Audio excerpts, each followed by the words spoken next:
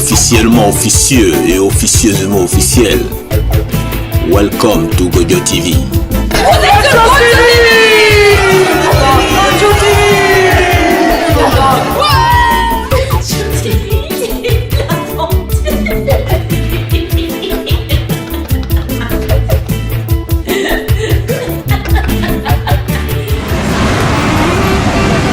Yasmina Karima Benini. Bonjour. Pourquoi est-ce que l'Algérie est dans la rue tous les vendredis en Algérie et tous les dimanches à Paris? Alors ce qui était censé être un hirak, un mouvement populaire contre le 5e mandat, s'est transformé en révolution. La revendication première, c'était d'exprimer le refus du 5e mandat du président Bouteflika. Moribond depuis 2014, donc il a déjà été élu dans l'état dans lequel il se trouve. Et là, suite à une scène qui a été ressentie comme dégradante par les Algériens, celle d'un président qu'on ne voyait plus qu'en cadre dans les administrations et partout. Ce cadre a été érigé et comme si c'était une divinité devant laquelle il fallait prêter allégeance. Et ça, c'était vraiment trop. Et donc les gens sont sortis dans la rue par millions, et non pas par milliers, et pas qu'en Algérie. En France, au Canada, aux États-Unis, et puis dans d'autres régions de la France, comme par exemple à Marseille. Et ça, les revendications n'ont pas été fructueuses au départ, et puis elles ont fini par l'être au bout de la 2e, 3e semaine. Et à partir de là, la population algérienne, le peuple algérien a pris plaisir dans cette communion populaire, dans des slogans pleins d'humour, comme par exemple quitte à être gouverné par un cadre, autant que ce soit par Mona Lisa, et plein de choses comme ça, vraiment très très marrantes. Le peuple a fait preuve, comme si c'était une conscience commune, de beaucoup de créativité, autant dans la profondeur des revendications et de leur formulation que dans l'humour. Et au fur et à mesure, on s'est rendu compte que c'était en train de se transformer en révolution, puisque ça s'est inscrit dans le temps. Et de semaine en semaine, que ce soit en Algérie ou à l'étranger, les gens sont sortis, nombreux, et ils ont eu d'autres revendications. Ils se sont rendus compte peut-être que finalement la peur n'était plus là, ils n'étaient plus inhibés, ils ne sont plus inhibés. Donc on dit que si en 62 l'Algérie a libéré la terre algérienne, c'est maintenant que le peuple, lui, sera libéré. Parce que avec vraiment les mêmes méthodes, finalement, les militaires, qui pour la majorité d'entre eux, ceux qui sont là aujourd'hui, se sont ralliés à la révolution algérienne dans les années 60, tout à la fin, sinon ils étaient côté français. Et donc aujourd'hui on n'en veut plus, on s'en méfie, parce qu'en plus ils ont repris les mêmes méthodes, c'est les méthodes des bérets rouges par exemple durant la décennie noire, des exactions, des disparitions, des meurtres, et des meurtres de masse aussi. Rappelons-nous Raïs et Bentala. Tout ça est inscrit dans dans la mémoire et dans l'inconscient collectif algérien. Et même si Bouteflika est arrivé pour nous imposer une conciliation nationale, les gens sont choqués de voir que ceux qui ont commis des crimes de sang ont pignon sur rue, font de la politique, sont des commerçants, des notables. Et ça, c'est vraiment très difficile. Donc on a ça.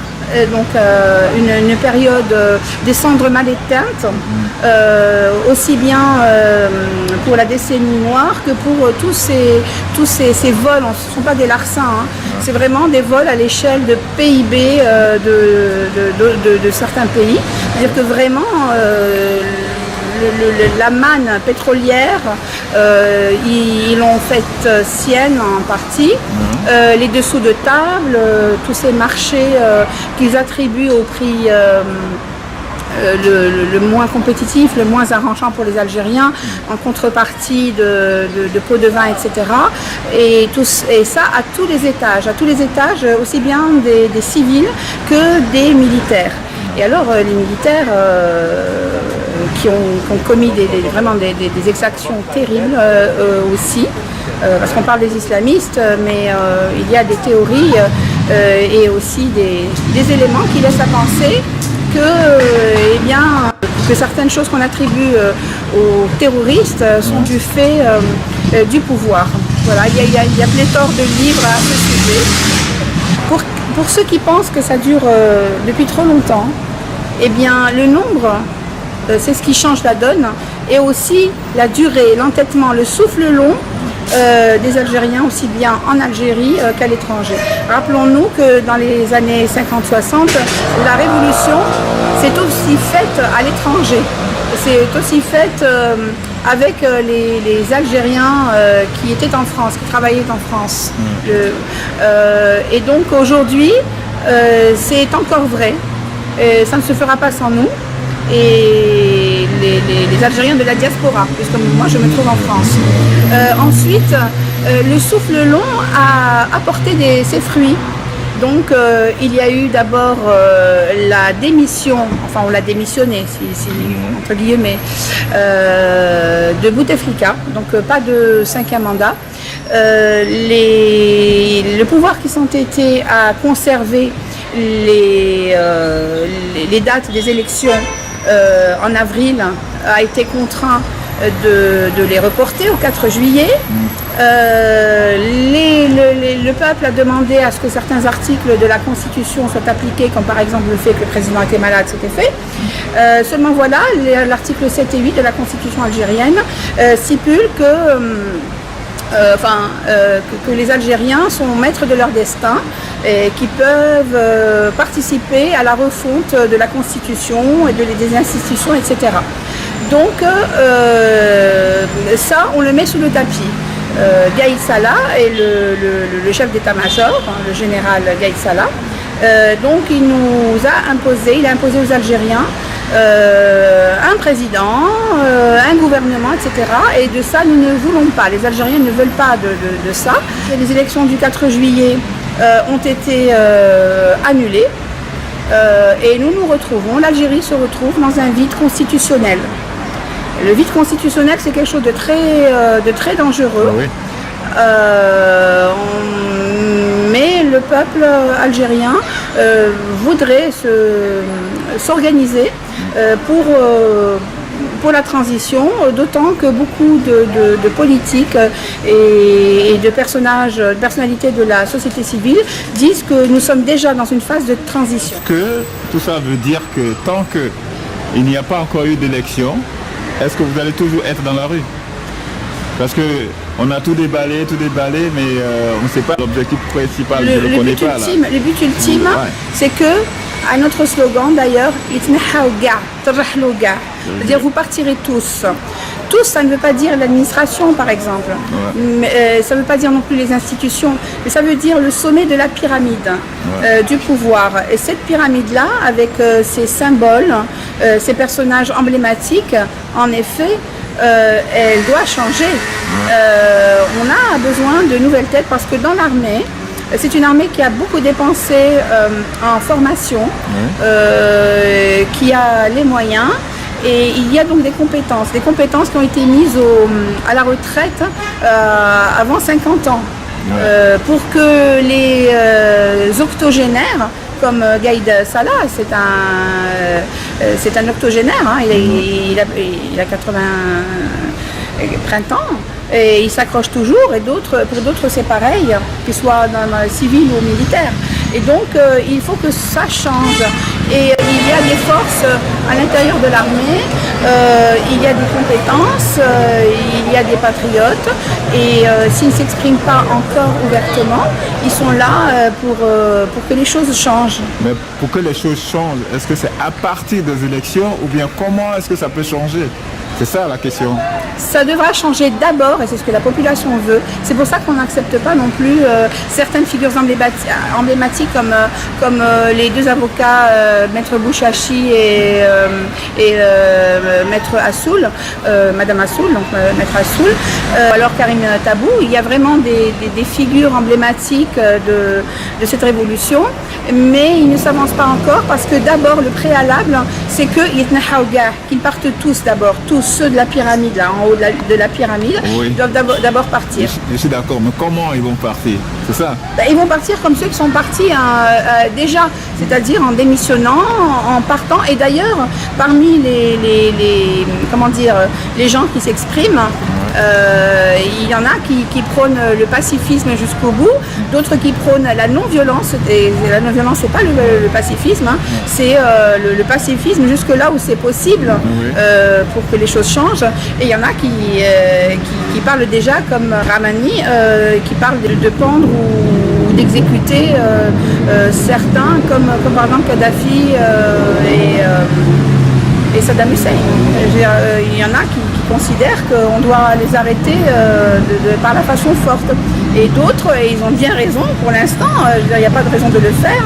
Si le processus tel qu'il est fonctionne, ce serait quand même bien que les Algériens dont on a jusque-là reconnu, admiré la façon de se révolter, puissent continuer sur ce mode-là, et que le haut de la pyramide tombe sans effusion de sang, parce que je pense que ce qui a été un inhibiteur majeur pour que les gens se réveillent et sortent en masse comme c'est le cas, eh bien ça a été la décennie noire et cette empreinte absolument terrible, ce trauma collectif qu'a été la décennie noire dans les années 90. Ouais.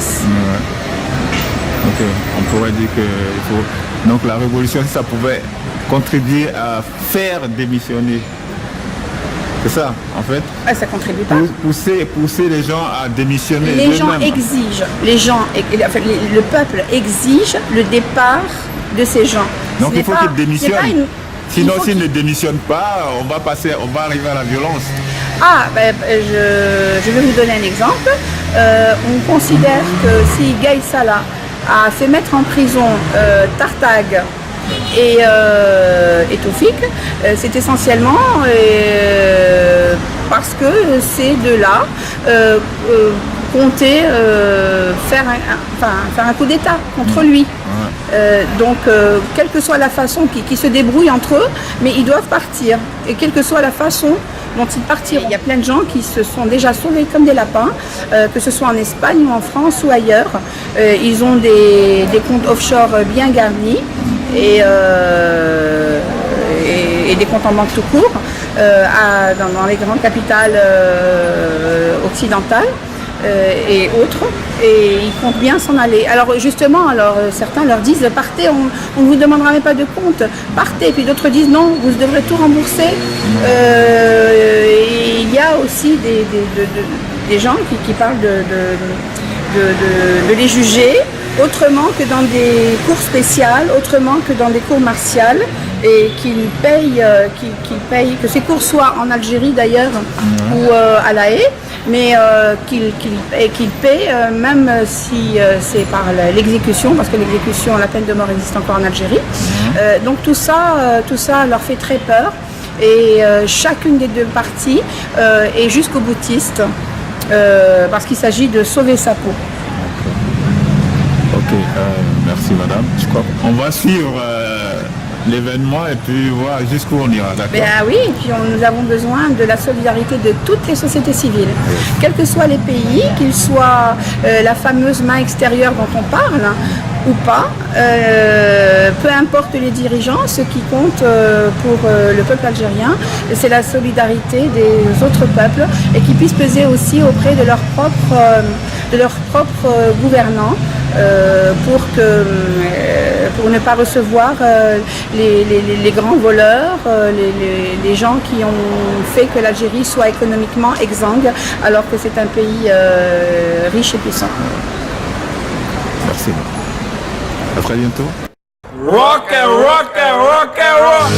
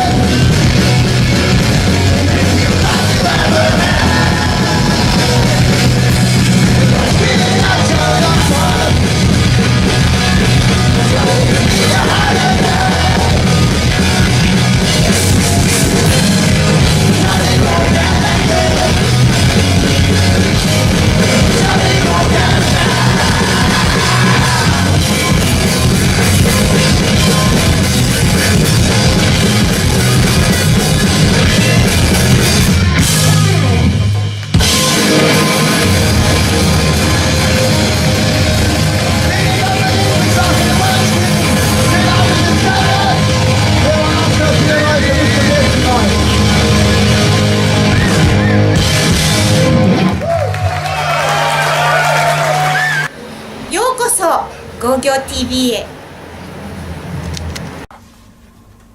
En passant par Tombouctou, l'épopée de Moulay Hiba. Shakib Abdesalam. Férocité.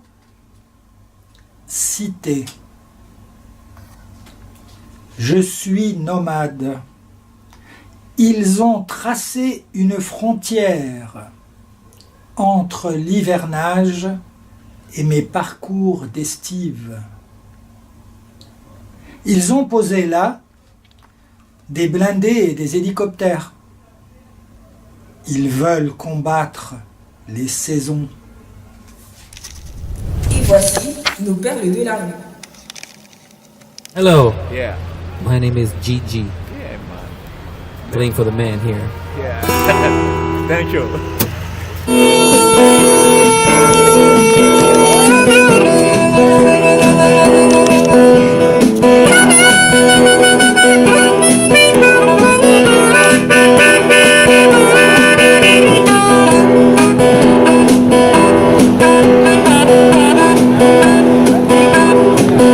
Your own personal Jesus, someone to hear your prayer, someone who cares. Your own personal Jesus, someone to hear your prayer, someone who's there.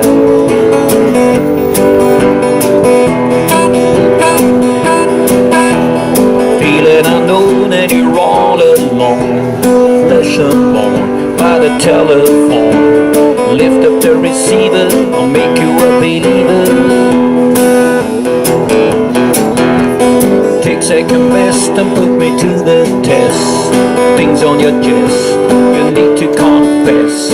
I will deliver, you know I'm a forgiver.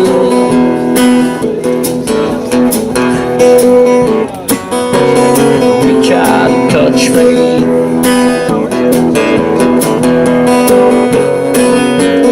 Reach out and touch faith.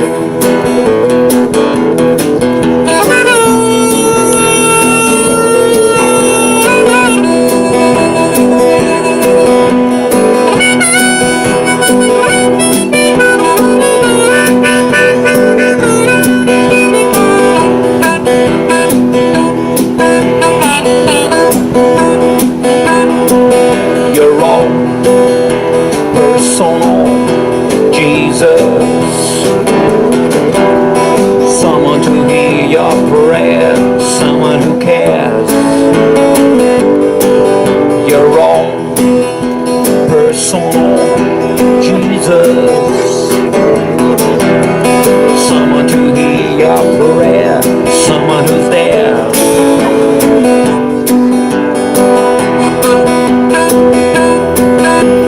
Feeling unknown and you're all alone, flesh and bone by the telephone. Lift up the receiver, I'll make you a believer. I will deliver, you know I'm a forgiver.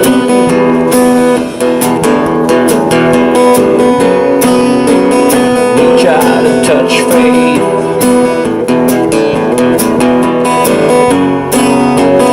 Reach out and touch faith.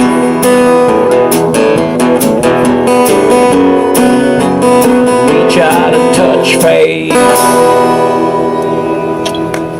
Merci beaucoup. Personal Jesus. Pierre Mérèche, s'il vous plaît. Veuillez l'applaudir. Belle, Pierre, Mérèche, Costi, la beauté. Ah, beauté. Beauté. Je suis beau. On est classe, fille. Beauté, beauty. That's the question. Il y a un truc qui est terrible. Assia Traoré est la femme du FLN qui appelle à ce que les dictateurs soient chassés de la Méditerranée, de la vie blanche. Et qu'est-ce qu'elle a fait? Oui, elle a été torturée. Oui, elle a lutté. Oui, avec Uriel. Elle a demandé la répartition de la richesse. Et alors? Et après Assia? Pourquoi Assia, tu vas à la télé? Pourquoi Assia Traoré, tu vas à la télé? Pourquoi elle? Pourquoi elle est allée aux réceptions du FLN et maintenant elle les critique et elle appelle que le peuple se soulève? Parce que quand le peuple se soulève, c'est bon. C'est la montée. C'est la montée.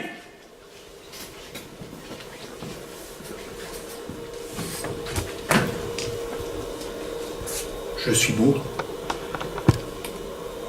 Vous êtes beau. Je n'ai pas appelé mon père. Je n'ai pas appelé mon frère. Nadejda!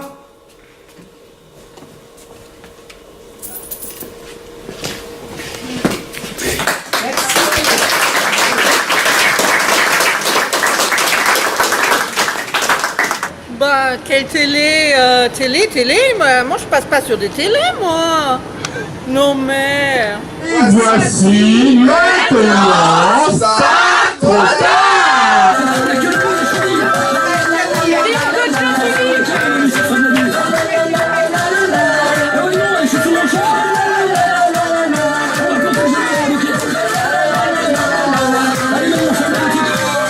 Lisbeth et Anne-Marie, s'il vous plaît.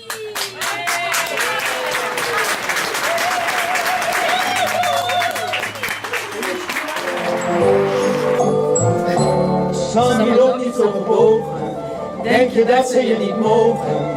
Waarom loop je zo gebogen, Sammy, met je ogen, Sammy, op de vlucht?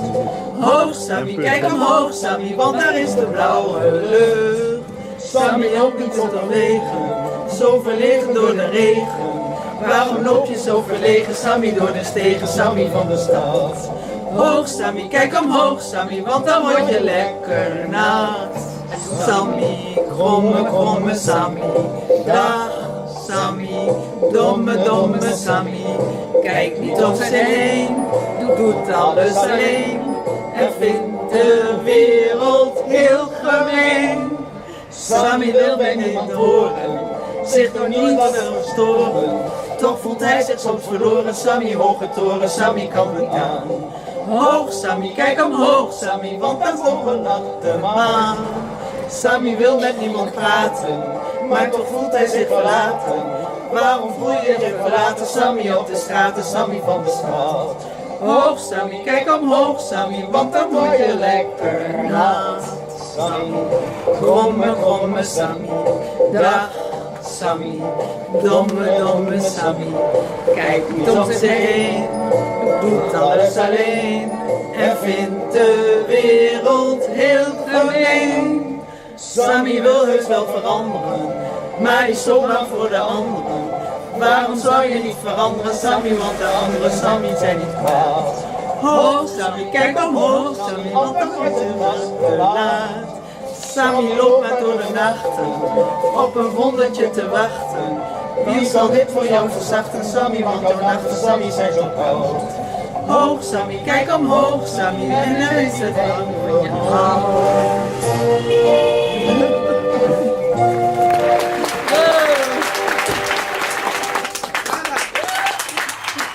Merci. Voilà. Oui, j'ai réfléchi à une petite histoire. D'abord, j'ai connu deux moments importants dans ma vie. Je vais vous le révéler tout de suite. Le premier, c'est quand je suis né. Et le second, c'est quand j'ai su pourquoi. Alors, je ne vais pas en dire plus sur moi, hein, parce que je suis quelqu'un d'un peu réservé, hein, quand même. Mais il s'est passé un certain nombre de choses récemment, en France, à Paris. Au moment de l'incendie de Notre-Dame, il se trouve que j'étais de passage à Paris et j'étais pas loin de Notre-Dame. Je l'ai vu commencer à brûler. Ça remet beaucoup de choses en moi, quand même. Pas des choses spécialement religieuses, mais tout de même, il y a quelque chose qui a un rapport avec une civilisation, il y a des choses. Il se trouve que je passe beaucoup de temps en Chine. Alors en Chine, j'aime bien voir les monuments, toutes les constructions traditionnelles. Alors je vais dans les pagodes, je vais dans les temples taoïstes, bouddhistes et autres. Et je regarde, j'en fais le tour, je m'installe, m'imprègne un petit peu de l'atmosphère, j'y passe longtemps à rien faire, mais à absorber. Et il se trouve qu'avec la randonnée, mon itinéraire me fait passer derrière Notre-Dame, le vendredi, donc vers 10h moins le quart. Elle est illuminée, et là, à chaque fois, je m'arrête. Je m'arrête 5 minutes, et je la regarde, et je me dis, c'est totalement extraordinaire de voir ce monument, comparé à ce qu'on peut voir en Chine, qui n'est pas là du tout, qui est beau, qui est intéressant, dans lequel il y a de la symbolique aussi. Mais tout de même, Notre-Dame, c'est un degré de sophistication, de beauté, totalement hors du commun. Alors, ayant vu cela, ayant été remué par tout cela, il m'est revenu une petite anecdote qui fait sens aussi pour moi, et je vais terminer là-dessus. C'est au Moyen-Âge. Bon, on construisait beaucoup de choses avec des pierres, effectivement, et c'est pourquoi on les voit encore aujourd'hui. Et c'est un promeneur qui marche quelque part. Et puis, il voit quelqu'un qui est en train de tailler une pierre. Oh. Il lui pose la question, qu'est-ce que tu fais? Donc tu dis, bon, je taille une pierre, hein, voilà, c'est mon métier. Tailleur de pierre, très bien. L'autre n'insiste pas. Hein. Il continue, il marche encore un moment, et il tombe sur quelqu'un d'autre qui fait mais exactement la même chose. Et il lui dit, qu'est-ce que tu fais là? L'autre lui dit, c'est évident, je travaille pour gagner ma vie. Bon, oui, ça se comprend très bien, il n'insiste pas, et il poursuit son chemin. Et il arrive devant un troisième personnage qui fait exactement la même chose que les deux autres, et il lui dit, qu'est-ce que tu fais, toi? Et l'autre lui répond, eh bien ça se voit, je suis en train de construire une cathédrale. C'est pas tout à fait la même chose. Hein. L'esprit est entré en lui et il a un grand projet. Et voilà, alors moi, j'ai essayé de reconstruire un petit peu ma vie sur ce type de démarche et je vous souhaite de faire la même chose. Merci de votre attention.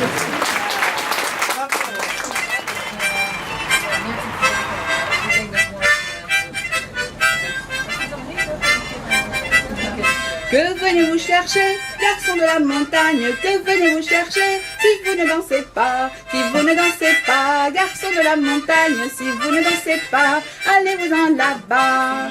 En passant sur la planche, le pied m'a manqué. En passant sur la planche, le pied m'a manqué. Dans l'eau, ma belle robe blanche, dans l'eau, ma robe s'est mouillée. Que venez-vous chercher, garçon de la montagne? Que venez-vous chercher si vous ne dansez pas? Si vous ne dansez pas, garçon de la montagne, si vous ne dansez pas, allez-vous-en là-bas.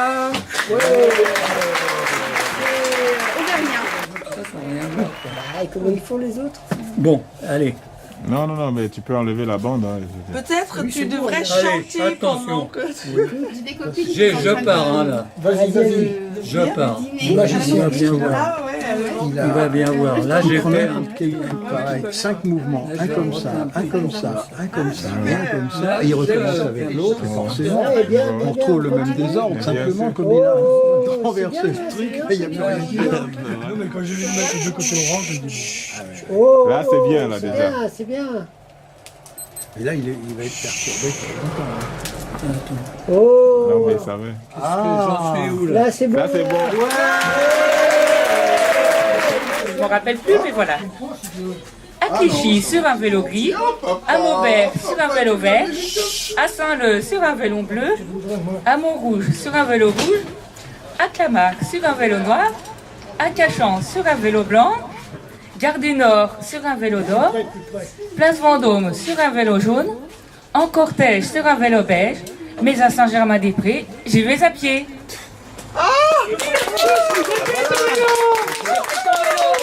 C'était la soirée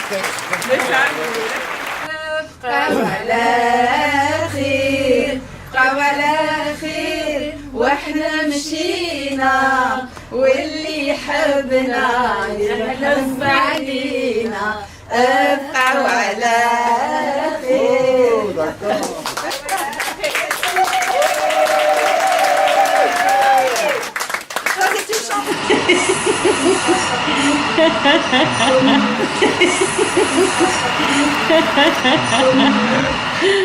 Enquête parallèle. Aujourd'hui, nous sommes avec Thomas Kenny, mon représentant aux États-Unis. On découvre. Hi, this is Dave Klein Band. This is Gojo TV in Paris. Bonjour. There we go. We can put that in liner notes too. We can put that in liner notes underneath as well. Okay. So it doesn't sound like you're originally from here. So where are you from? Yeah. What brought you to DC, and how long have you been here? Okay, so I am originally from London. I grew up in London. I left London in my early 20s. Moved to New York. Actually, I moved to Los Angeles. It was a long journey. Los Angeles, San Francisco, Vancouver Island for a while, New York. Did some touring. Went back to New York. Lived in New York in the 70s. Moved to LA in the 80s. Lived there for a long time. Moved to DC about 22 years ago. And I love the East Coast. I love New York. So it was time for me to get out of LA, I felt. And was excited to come to DC, and I've been here and just cranking away at the music as much as possible. The question everybody hates when you're doing original music: how would you categorize? How would you define your music? I gotta ask. Yeah, it's the good and the bad. You can't put it in the category, but you have to put it in the category. The good of that is that it's different, and it's hard to put in a box. And that's the thing that I love about what we do. Everything we do is original. I consider it to be, I guess, sort of world jazz fusion, or I call it earth fusion, because it's not world music in the sense, a lot of times you'll have world music, it'll be like one category of world music that it focuses in on a particular culture and plays that music. We are spread all over the planet, and I always conceive of myself as a cosmopolite, which is probably the same word in French, cosmopolite, right? Citizen of the world, and I have had the opportunity to have exposure to many countries through traveling, and many cultures through listening and reaching out to experience the cultures of those countries. And so the music has a lot of those influences in it, just naturally come into the writing. But it's also very contemporary with rock and funk and blues, because I went through the whole gamut of all these different styles, and now have sort of developed my own. I like to think it's my own style. A lot of people tell me it is. I'm happy with that. Which brings me to, how did you get to, what was your journey? How did you start playing? When did you go from just playing to actually playing with bands, and then playing professionally, and then getting to what? Sure. My mother was a pianist, classical. Not particularly advanced, but we always had music in the house, and they had a lot of classical. This was in the 50s. Goes back a ways, and we always had a really fine record player, and we had long playing records. In fact, I grew up really on the mono long playing records at that time, and I used to listen to a lot of classical violinists playing the great orchestras of Beethoven and Mendelssohn and Brahms, listened a lot to a 1949 original mono recording of the great Russian violinist David Oistrakh playing Mendelssohn's Violin Concerto. Absolutely amazing if you ever get the chance to listen to it. So I wanted to play violin, and I learned classically, but I hated the way it was taught. probably partly my own lack of discipline at the time. And I moved away from classical music. But then I got into everything else. I got into folk music. I got into the protest songs. I got into the British blues and blues rock scene. Started playing a lot of guitar, finger-picking guitar. And then, got introduced gradually to rock and then to jazz. And of course, there was the great blues and jazz violinists in the 20s, 30s, 40s, and then, Stephen Grappelli and Django, and then coming up to modern day and all the different modern jazz players that I listened to. And then I also had the influences of all the great rock guitarists, Jimi Hendrix and B.B. King and all these guys, and also the sax. And, I was a huge Russ Unruh and Kirk fan. Just about wore out Volunteered Slavery album, So and then Miles and all these cats, and I sort of seemed to be a sponge for these different influences, and they somehow became my own and became part of my writing. When I write, I don't try to do a certain thing or include a certain thing, but they show up in my music. So, a lot of questions, but you want to get out of here. But the one, okay, so let's now take it to, you're obviously not at the end of your journey, you're still going somewhere, but roughly the writing, the things that we heard tonight, what can people get? Like what's recorded? What can people get? Maybe names of albums if you have them, or where they can find them, and then where they can find you and contact you and see what kind of things you're doing. Okay, great. Well, I've recorded on other people's albums and stuff, but as far as my own stuff goes, there are 3 albums. They're all on my website. You can listen to the whole thing. And the website is daveklineband.com. That's KLINEDAVEKLINEBAND.com. And the 3 albums are over a span of about 17 years. The first album is called Limestone Mysteries. The second album is called Eclecticity. And the third album is called Shifting Borders. And the reason I call it Shifting Borders is a double entendre of many things, both the shifting borders musically, as well as shifting the borders of culture on the planet, and a metaphor on wanting to shift the borders of what has been happening and what is developing in terms of the difficulties, let's say, the problems that are occurring on the planet, and the enforcement of borders. And music is something that's free and it's for everyone to experience.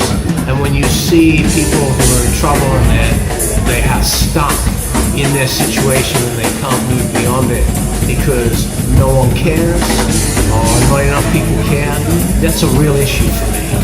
And I call my album Shifting Borders to put forth that idea, like let's expand from where we have become as a planet, as a people, and let's move forward from there.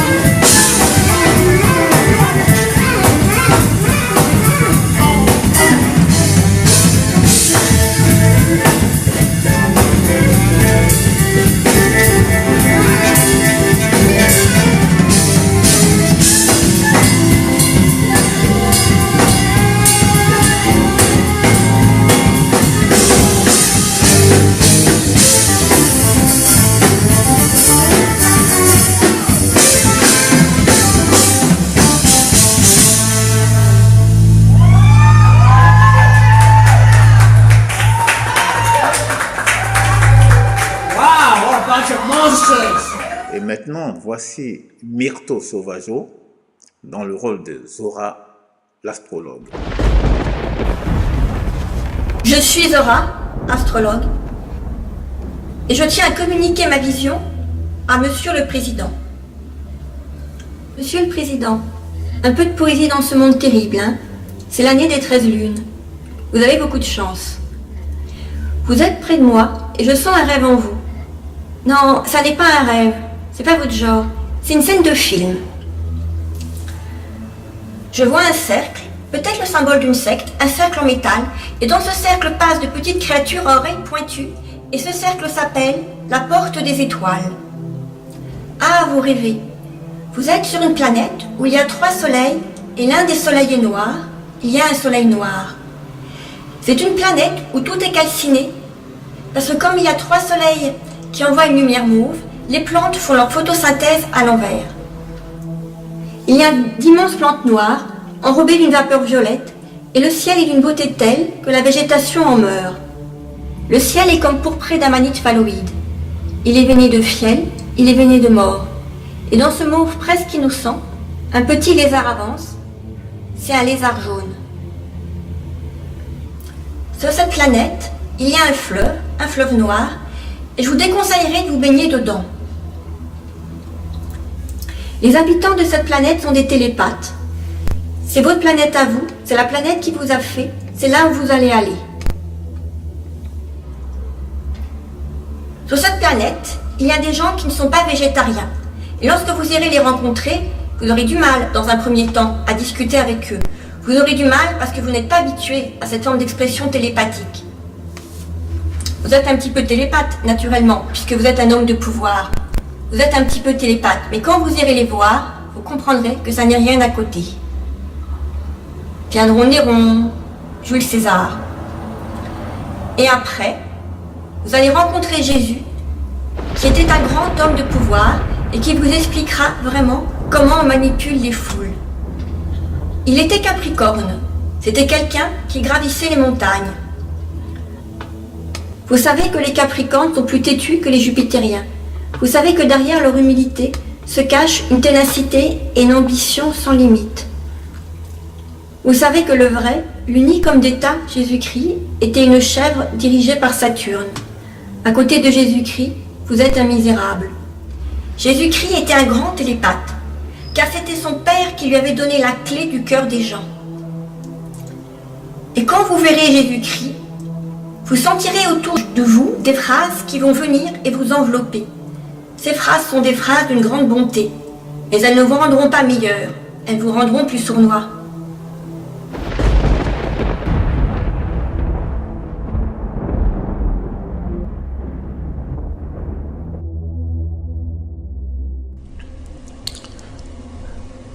La faille. Bonjour. Malhonnêteté, criminalité, grand banditisme. Comment sommes-nous arrivés à ce stade? Bienvenue à Transmission, le journal officiel de www.web. La Cour. L'accélératesse. Avec le système monétaire que nous avons mis sur pied pour diriger nos vies, la vie est devenue compétition. D'entre les plus forts et les plus faibles, plus rien n'est normal. La vie a basculé dans l'accélératesse. Et oui, encore la monnaie et toujours la monnaie. À bientôt pour une autre idée. Au revoir.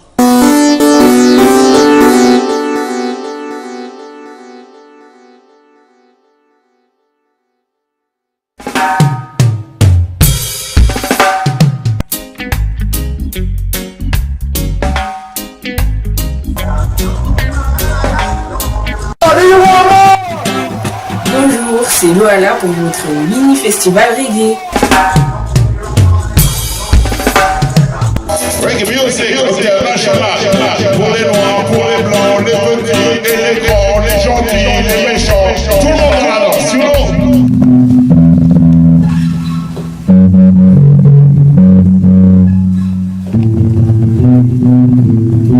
I wanna change about the real thing of it song, about my own field of love.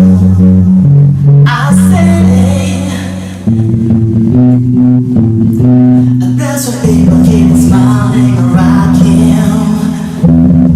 See the one they're so glad. I say no fear, no chills, no pain. The beauty of my place, I want to tell you something.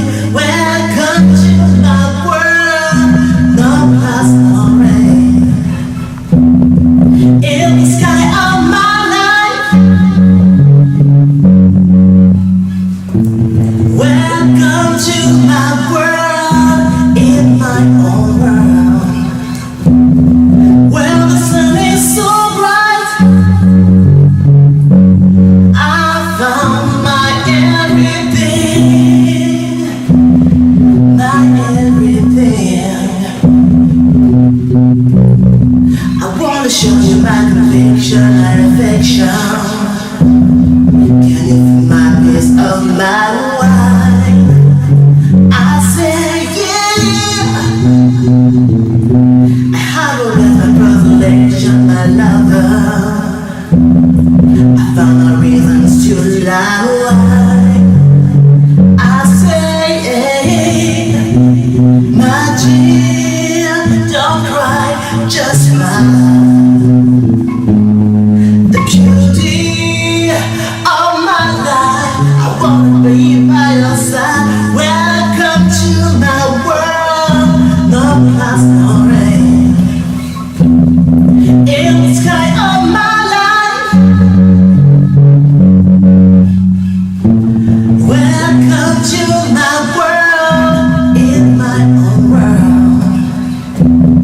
Where the sun is so bright, I found my everything.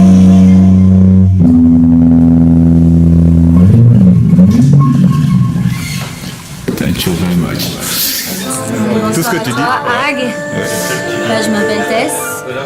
Et puis je fais de la musique, voilà. Un peu de reggae, soul, des compositions, des reprises. Donc tu peux voir ce soir Ag en chair et en os, en live, dans un super bar qui s'appelle le San Luis Bar.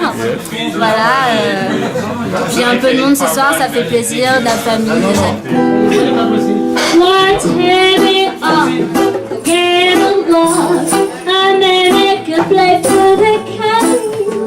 But when it's full, I don't love because my heart belongs to Daddy. If I invite a boy tonight to dine on my place with a hat, I just sit down to that beautiful moment. The heart belongs to Daddy. And my heart belongs to Daddy. So I simply couldn't be bad. Yeah, my heart belongs to Daddy. Da da da da da da da da da. So I want to why you like me, 'cause I know you're perfect this way. Yeah, my heart belongs to Daddy, 'cause my daddy can treat me so well.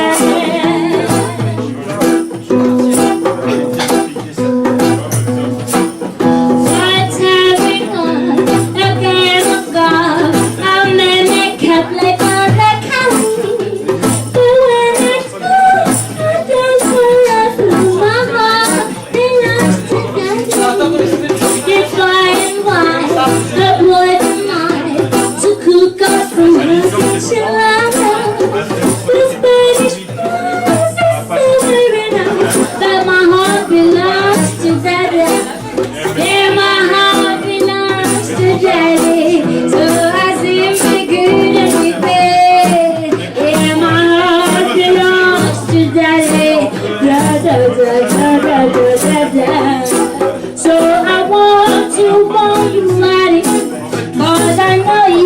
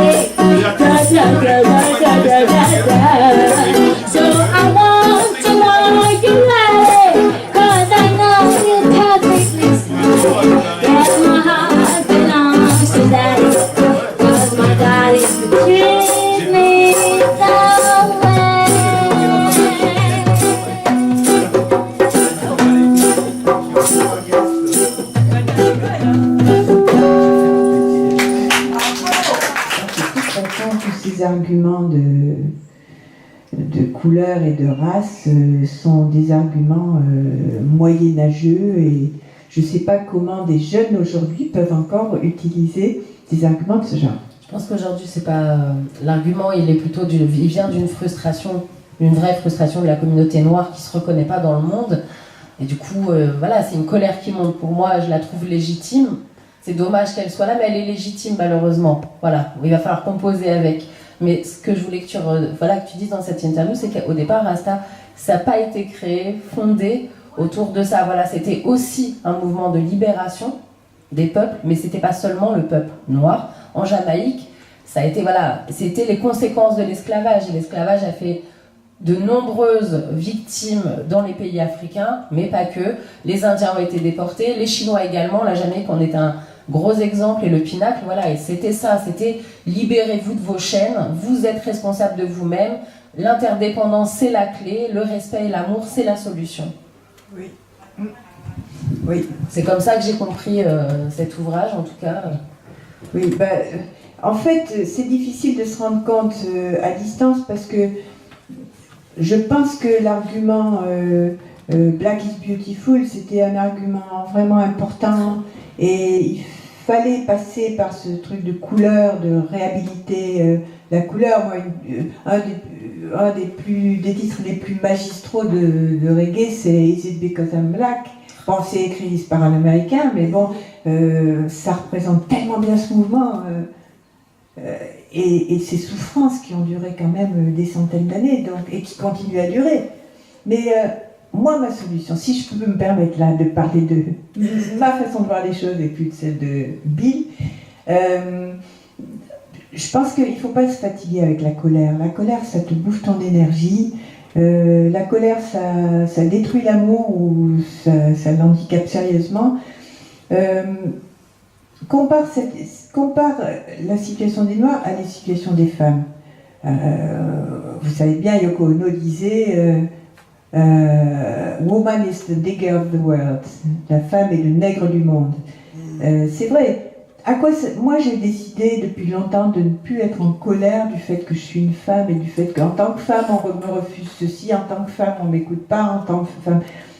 J'en ai tellement pris l'habitude, les gens me disent « Mais comment es-tu arrivé à t'installer à Libération au point de faire des doubles pages en reggae ou que personne ne voulait prendre ailleurs et tout ?» Tout simplement. Je crois juste que personne n'était allé... Il y avait des journalistes qui allaient passer 3 jours en Jamaïque, au maximum une semaine, parce qu'une maison de disques leur payait un billet. Moi, c'est pas comme ça que je suis arrivée. Je suis arrivée la première fois pour 4 mois. J'habitais en plein ghetto. Le soir où je suis arrivée, j'ai demandé à un petit vieux dans un taxi s'il pouvait me trouver une maison chez l'habitant. Et pendant 4 mois, j'ai vécu chez l'habitant. Donc c'est une première immersion hyper proche des gens, hyper solide, hyper proche du milieu reggae et des questions qui se posaient. C'est pour ça que Libération a été intéressée par ce que j'avais à dire. Parce que cette musique était en train de monter. En 79, c'était vraiment l'apogée, je pourrais dire. Ou enfin juste avant que ça redescende. et personne n'avait jamais parlé de comment les choses se passaient là-bas. Donc, bon, il faut mouiller sa chemise, c'est tout. Mais je crois qu'on est dans un monde, je ne parle pas des autres pays, mais au moins en Europe, on est dans un monde où si on fait bien son travail, si on fait son travail mieux que le voisin, on passe. Même si on est une femme, même si on est noir, même si on est n'importe quoi. Donc, moi je dis, ne nous fatiguons pas, ne nous épuisons pas en colère. Ça ne sert à rien. Rigolons. Comme disait ma fille quand elle était toute petite, mais non maman, ils sont pas racistes. Oh, il y a quelques profs qui le sont, mais c'est parce qu'ils ne comprennent pas. Elle me dit ça à 6 ans, elle n'a jamais eu de problème avec sa couleur, même si elle était métisse. Yes.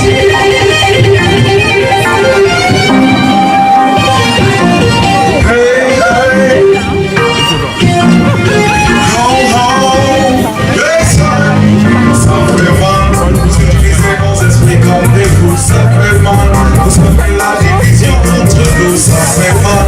Pour partager mon bien entre nous, ça fait mal, ça fait mal, ça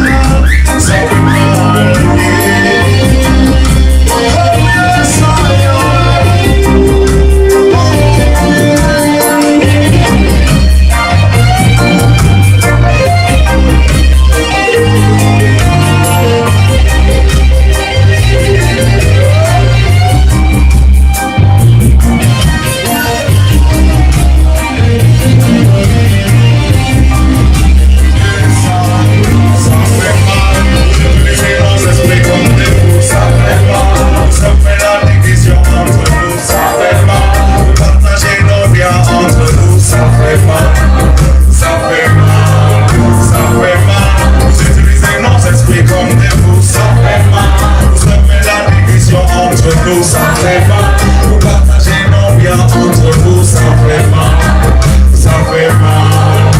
Nous avons besoin maintenant de notre libération. Notre combat c'est d'être libre sans domination.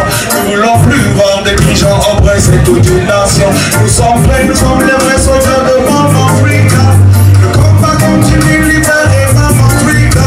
Une jeunesse mobilisée est une puissance qui est fait même pour réveiller des consciences. Car le jour où ça va être fou, et ça fait mal. Vous utilisez nos esprits comme des fous, ça fait mal. On se met la division entre nous, ça fait mal. Nous partager nos biens entre nous, ça fait mal. Ça fait mal, ça fait mal. Vous utilisez nos esprits et ça fait mal.